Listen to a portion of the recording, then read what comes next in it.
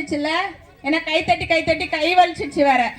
So உங்களுக்காக எங்களுடைய பிள்ளைகளின் விவிலியத்தை விவரிக்கும், விவிலிய உண்மை கதையை விவரிக்கும், சமநிலையை பற்றி சொல்லக்கூடிய ஒரு கருத்து நாடகம்.